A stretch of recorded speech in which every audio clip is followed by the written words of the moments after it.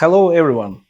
Today I would like to talk to you about NLMK's fourth quarter and full year of 2020 financial results. As you all know, the coronavirus pandemic has brought us new challenges. Lack of supply of steel combined with postponed demand created imbalances across global production chains and led to sharp price swings during the year. In May-June, steel prices at our core markets were down more than 25% compared to what we saw in January. By that time, most of the countries reassessed confinement measures and manufacturing activities started to pick up. Steel mills that were ordered to shut down or significantly reduce operations in spring couldn't keep up with the pace of end-user demand recovery. These factors, combined with elevated iron ore and scrap prices, drove steel quotations in certain regions to the levels we haven't seen for years.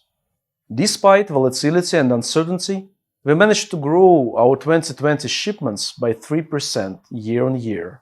Our flagship Lipetsk site was running at full capacity utilization throughout the year.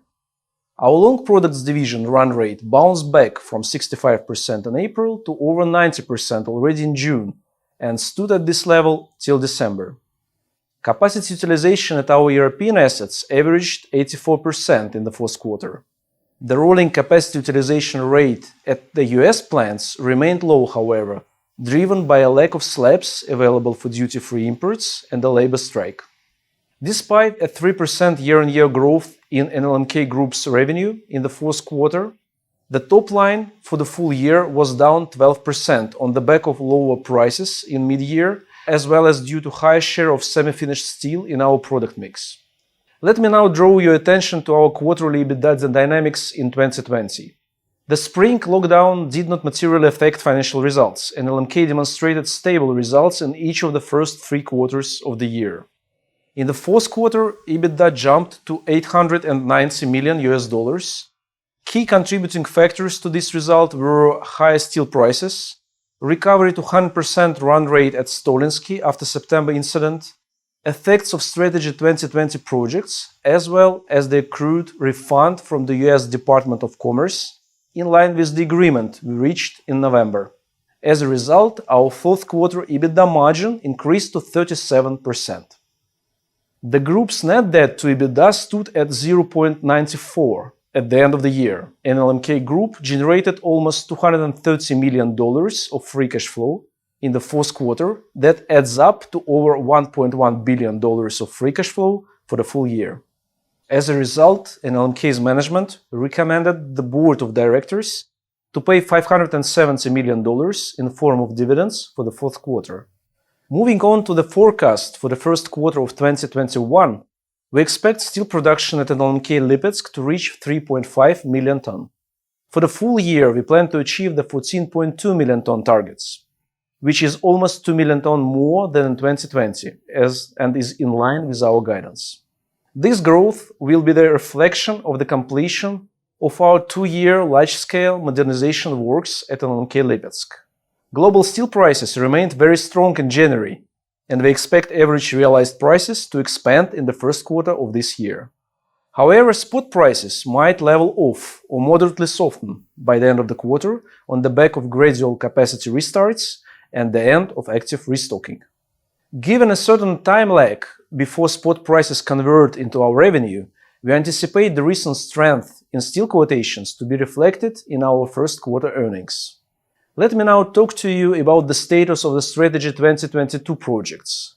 We continue our journey of implementing operational efficiency initiatives across all business units. In 2020, the structural effect on EBITDA from these programs reached $174 million, with NLMK Russia flat and the mining segments being the main contributors. Cumulative effect of Strategy 2022 execution coming both from operational efficiency and investments reached almost $260 million last year. In 2020, we commissioned additional concentrate production facility, targeting an increase in the output from 17.5 to 20 million ton per year. Pellets output expansion is well on track to reach 8 million ton per year in 2021 as well. We have also started production of concentrate with 68% of firm content.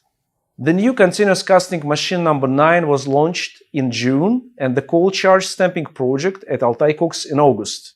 Monetary contribution from those projects will be reflected in 2021 financial results. In 2021, we are about to complete the modernization of the hot strip mill at NLMK Laluvier, which will enable us to expand our product mix by adding higher strengths and thinner steels. Let's now turn to our progress in the area of sustainable development. Last year, we updated our climate commitments. NLMK Group will be aiming to reduce specific CO2 emissions to 1.91 ton per ton of steel by 2023, which is 3.5% lower compared to 2019. This target is backed by the pipeline of the specific projects. We constantly test innovative technologies and collaborate with the Russian and international partners in this area. Since 2000, we have invested over 1.3 billion in environmental activities, which translated in outstanding results. During the same period, we achieved twofold reduction in specific air emissions other than CO2. External agencies recognize the progress that we are making in the ESG area. Lately, SAM Corporate Sustainability Assessment granted us 45 points, which is 12% points higher compared to the previous result. I would like to thank all employees of NLMK Group who made our strong results possible in challenging market environment. I also highly appreciate investors' relentless trust in our story. Thank you and see you soon.